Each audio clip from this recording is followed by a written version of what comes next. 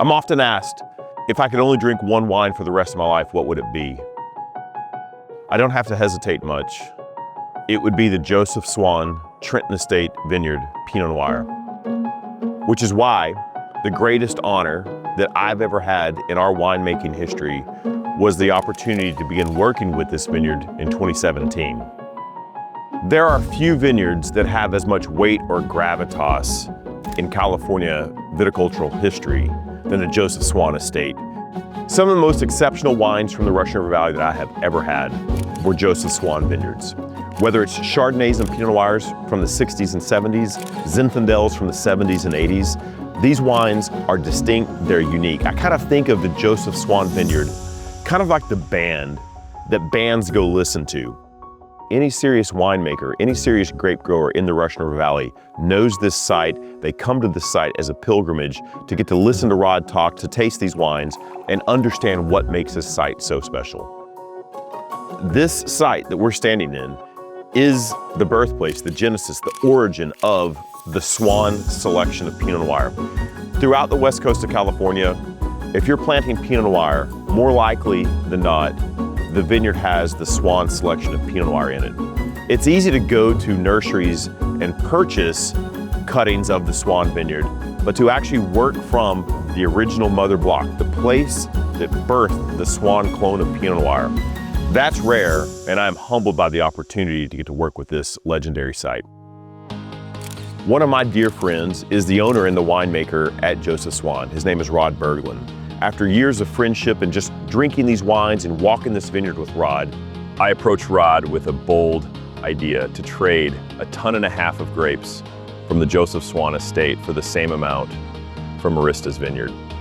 What followed was our chance to make wine from the most iconic California vineyard, the one that put California Pinot Noir on the map, a place Matt Courtney and I had only dreamed of working with. From the first harvest in 2017 and every year since, we felt the responsibility to honor this vineyard's legacy and the thrill of telling its story through Arista's voice. The result is a profound bottle of wine that carries both the past and the present, seamlessly woven together in every glass. These wines from the Swan Estate are great young, but they have an ability to age for a decade plus. The wines mature, they soften, they become more complex. I have found now drinking these wines at the 5 to 6 to 7 year mark really begins to show what this vineyard is all about. Year in, year out, this has become one of the most sought after wines that we make, partially because it's exceptional, partially because there's only 2 to 3 barrels made. But what I can tell you, if you ever have the opportunity to get your hands on a bottle, do it. You will not be disappointed. What makes a wine exciting is when you taste the place that it comes from. And in El Diablo, that's exactly what you get. On the eastern edge of the Russian River, it is a little bit warmer. You're gonna taste these intense, ripe flavors, yet it's infused with the cold fog, this dampness, this moisture, these steep slopes, which provide verve and energy. There's tension in the wine. And it's this great balance that we get in California Chardonnay, where you have fruit and flavor. There's a little bit of weight, but there's still tension and energy. It's not a fat, flabby wine. It's an edgy, verby, citrus-driven wine. That's exactly what happens here in the El Diablo Vineyard. Ulises Valdez planted the El Diablo Vineyard in 2008. What he did was really innovative at the time. He selected 2 different clones or types of Chardonnay. One called the Old Winty clone, which is a highly prized clone of Chardonnay planted throughout the Russian River Valley. But he also planted a new selection at the time in California called the Montrachet selection. They were cuttings taken directly from the Montrachet vineyard in Burgundy. It's important because the clone of Chardonnay is going to add a flavor profile to the final wine. I'm here in the Montrachet block, and what makes the Montrachet clone so distinct and unique is its size. It's a very tight, compact, small berry, which provides a power, a concentration, and intensity of flavor. In the Old Winty block at the El Diablo Vineyard, we have a very different looking grape cluster than the Montrachet selection that's in the same vineyard. What makes Old Winty unique or distinct is the formation of the clusters. Some of the berries are big and some of the berries are small. We refer to that as hens and chicks. But from a winemaking standpoint, we love these small little berries because they explode with flavor, concentration. The challenge becomes they ripen really quick. So there's art involved in slowing down the maturation process to ensure that we get even ripening across one cluster that might have large berries and small berries. So the combination of the Old Winty selection and the Montrachet selection of Chardonnay create a very distinct flavor profile and really give us multiple tools in the cellar as we create unique blends each year. Also unique to the El Diablo vineyard is the steep slope in this site. It's a very up and down vineyard. Some vineyards are very flat, not El Diablo. And that's really critical too because the cold air funnels down to these bottom slopes and it's a natural way to preserve freshness and acidity because of the cold air and because of the east-northeast facing slope. It's all of these factors that come together that make El Diablo such a distinct and important site in the portfolio of vineyards that we work with. And for you, what you will find is a bottle and a wine that punches way above its weight class. El Diablo over-delivers in enjoyment and satisfaction. It's a wine that I always use to introduce my friends to the Arista style of Chardonnay. As a general rule, when we're evaluating Chardonnay or Pinot Noir vineyards, one of the key things that we look for is vine age or historically farmed areas. It's important to us. So, for a younger vineyard to captivate our attention, to really grab us, speaks volumes to the quality and the potential of the Fleur Marie site. Given the fact that it's wedged between the El Diablo vineyard and the Ritchie vineyard, there's going to be a similarity in flavor profile. So if you're a fan of El Diablo, if you're a fan of Ritchie, you're going to love the Fleur Marie vineyard. But what's going to make it distinct and unique is it's younger than both of those two vineyards. And what that does for the wine, it's going to be more punchy, intense. Don't be fooled by a relatively young vineyard. Vine age is really important. It adds to complexity. But even at 15 years old, Fleur Marie is already showing us profound depth and power. Part of what draws people to a wine like Fleur Marie is going to be the flavor profile. California strikes this beautiful balance between rich fruit, but a minerality, a tension, and an acidity. When you can find these sites that ride this line between the coastal marine influence, but enough sunlight to really allow photosynthesis to ripen, which is what you get in Fleur Marie. We get these warm days, plenty of sun, the fruit ripens, but at night the temperature drops and it really maintains a freshness of acidity. We were introduced to the Fleur Marie vineyard by Ulysses Valdez, the iconic farmer in the Russian River Valley. When he planted the Fleur Marie vineyard, he said, "Amigo, we've got this great site. It's new. I've been able to add some new modern plant material. You're gonna love this site." Fleur Marie is planted to a clone of Chardonnay called Montrachet. It's a clone that's highly sought after, but you've only seen it in California really in the past 15 years or so. It's a clone that really preserves acidity and freshness. Within 2 years of working with the site, Matt came to me and said, "Mark, this is an exceptional site. We need to begin designating this wine. It's ready to stand on its own." I've quickly fallen in love with the Fleur Marie vineyard. When Ulysses Valdez comes to me and says, "We have to plant this site." When Matt Courtney comes to me after working with this vineyard for 2 or 3 years and says, "This has to become a single vineyard wine," there is no doubt in my mind this will become an all-star site in the Russian River Valley. I'm here in the very extreme western edge of the Russian River Appellation in the Kanzler Vineyard.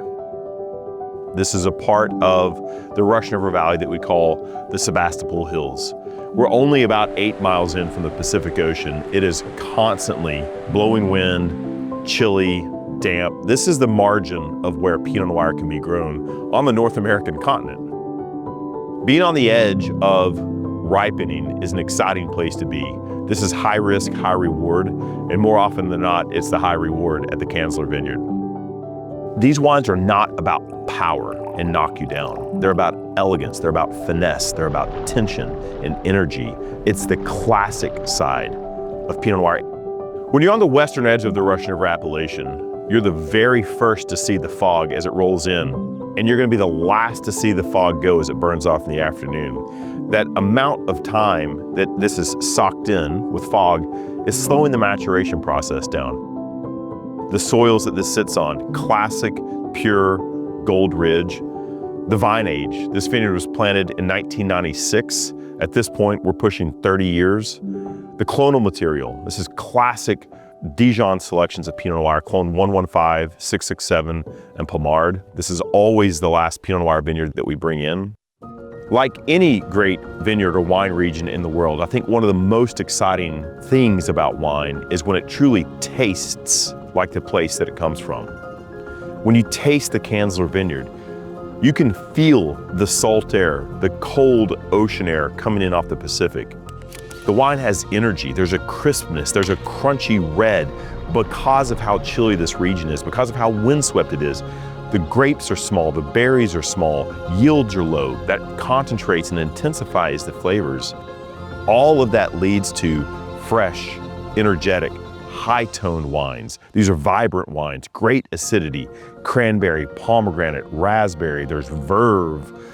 This wine reflects its place like very few sites do. It's cold, it's chilly. You want to cuddle up when you drink this wine. It's exactly how this wine tastes. Part of the reason that we chose the Kanzler Vineyard for our lineup of wines is because of the contrasting position it has from vineyards that we work with on the eastern edge of the Russian River. I think one of the most fun things that you could do, for example, would be to take a bottle of Kanzler and put it next to a bottle of the UV Vineyard. Those wines, as the crow flies, are probably 7 or 8 miles apart, but they're worlds apart in terms of the flavor profile. The UV Vineyard on the eastern edge of the Russian River is going to see more sun. It's a darker, it's a weightier, it's a sexier style of Pinot Noir. Here out on the very western edge, 8 miles in from the Pacific Ocean, it's firm, it's tense, it's fragrant, it's lifted, it's aromatic, it's very expressive, but it's not a punchy wine like you're going to find on the eastern side of the Russian River Valley. It's a privilege, it's an honor to work with the Kanzler Vineyard. This is a serious vineyard. This is truly one of the blue chip California vineyards. If California had Grand Cru, Kanzler would be Grand Cru. This is a wine that any serious collector will have in their cellar. This is a wine that, while delicious young, lives for a long time. These are wines you want to tuck away, come back and enjoy in the years to come. There are some pieces of land that God intended grapes to be grown. Year after year, this produces some of the most highly rated, highly sought after Pinot Noirs and Chardonnays in California. Multiple times, this vineyard has produced for us top 100 wines in the world. The Robb Report said that this vineyard was the #1 Pinot Noir in North America. There are vineyards like the Lucky Well Vineyard that you know, when you drink them young, they're amazing, but you can sense, you can tell that these are wines that will age. They become more and more profound over time. This is a wine that you want to buy and put down in your cellar. If there was a single wine that I would take to a friend's house to say, this is what Arista is, it would be the Lucky Well Vineyard. The very first time I walked onto this property was 2005. Ulysses had come to me and said, amigo, I have found a piece of land that we need to plant. You're gonna fall in love with this place when you see it. So we drove out here, and I'll never forget just turning around, looking east, seeing the entire Santa Rosa Plain, looking west, being able to see fog coming in from the Pacific, and realizing this is a magical piece of land we're standing on.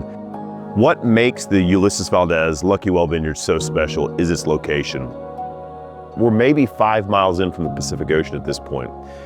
We're at elevation, so we're at about 900 feet. That's critical on such a coastal site to have elevation. It gets you above the fog line. Below the fog, there's so much moisture, it's very difficult to ripen grapes.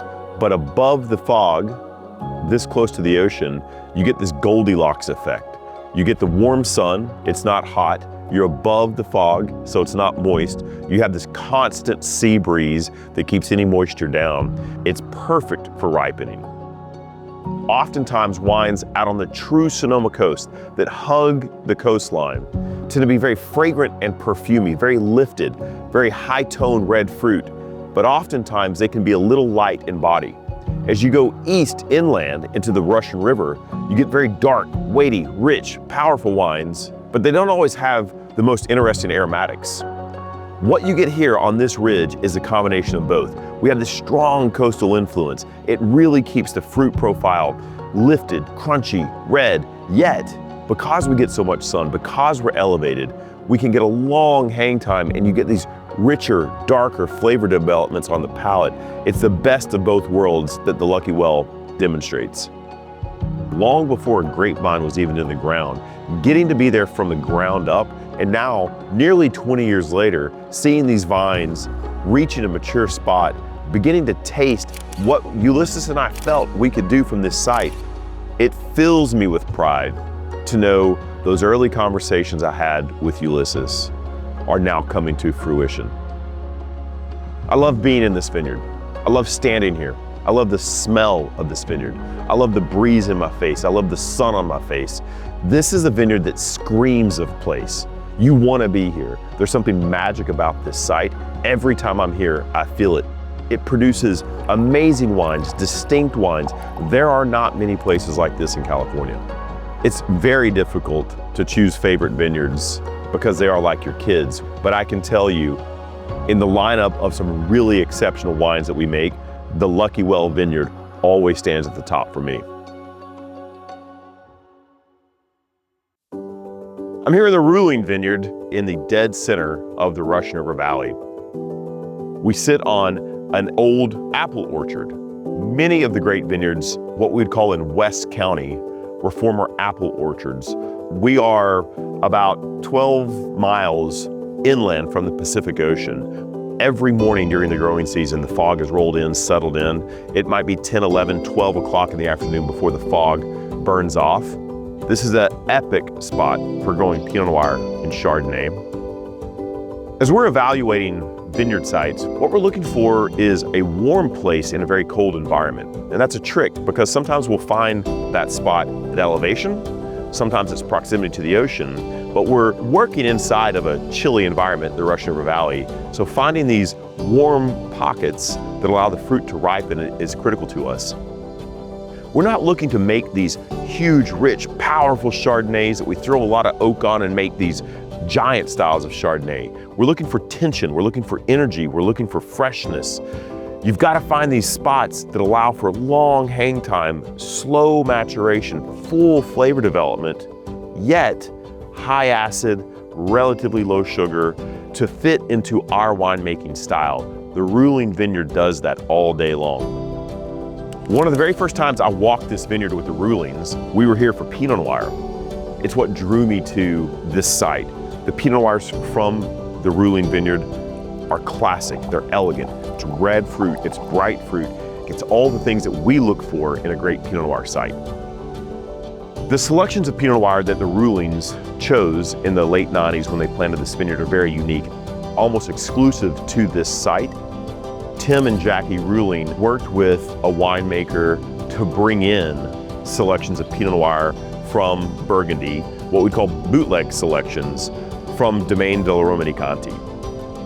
Tim made a passing comment that he had about 1.5 acres of Chardonnay, which really piqued my attention.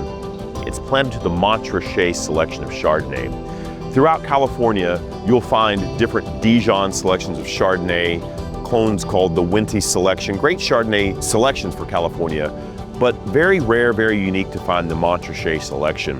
It was very clear to me and to Matt that if we could find old vine, Montrachet, on Gold Ridge in a very cool site, that we would have an exceptional Russian River Valley Chardonnay.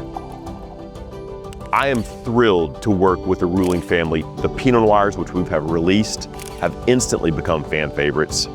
I'm very excited with the release of the 23 vintage to add the Ruling Vineyard Chardonnay. There is no doubt in my mind that this is one of the blue chip sites in California, and we are honored to get to add it to our lineup.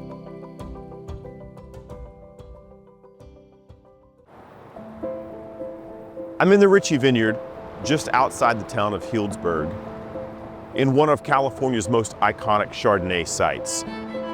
If California had a Grand Cru system, this would be Grand Cru.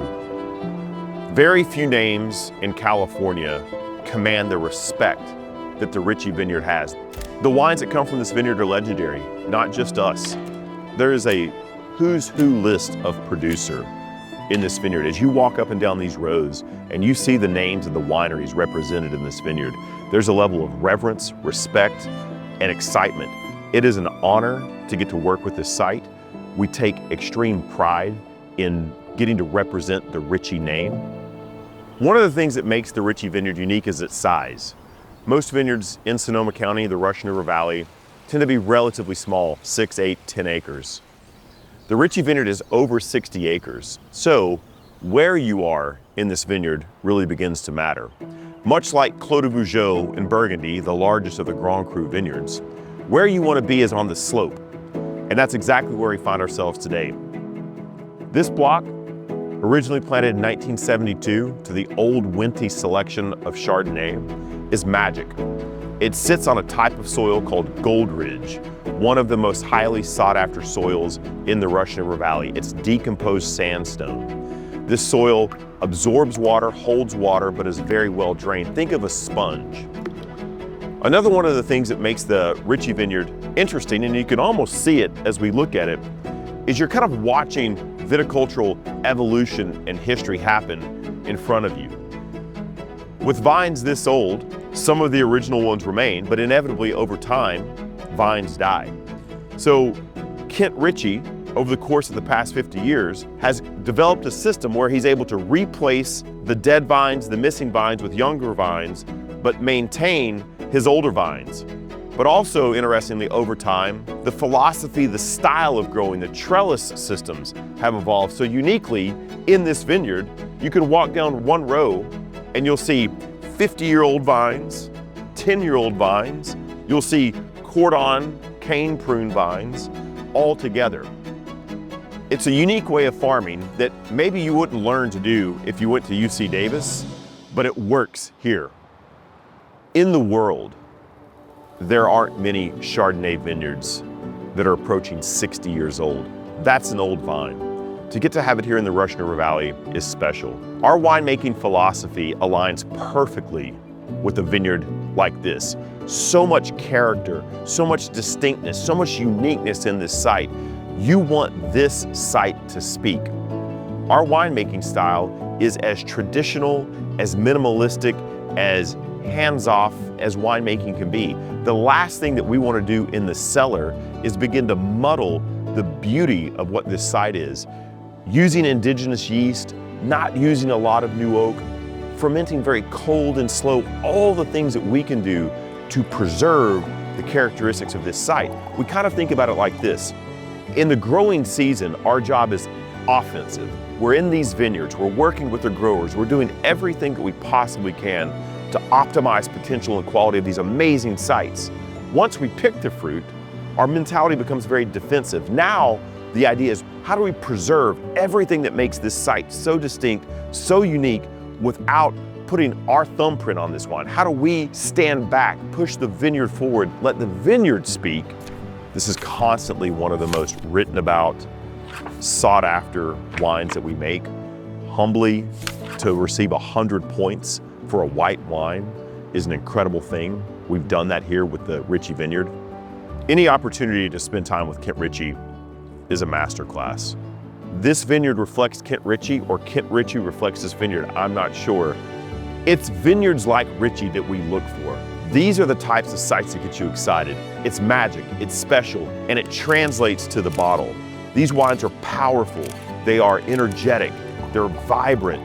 The uniqueness of site and vine age, that's the thing that makes this site exciting. That's the thing that sets this vineyard apart from any other wine that we make. We can get all fancy with all of our precision and meticulous stuff, but sometimes it's as simple as an exceptional site with really old vines farmed by a legendary farmer.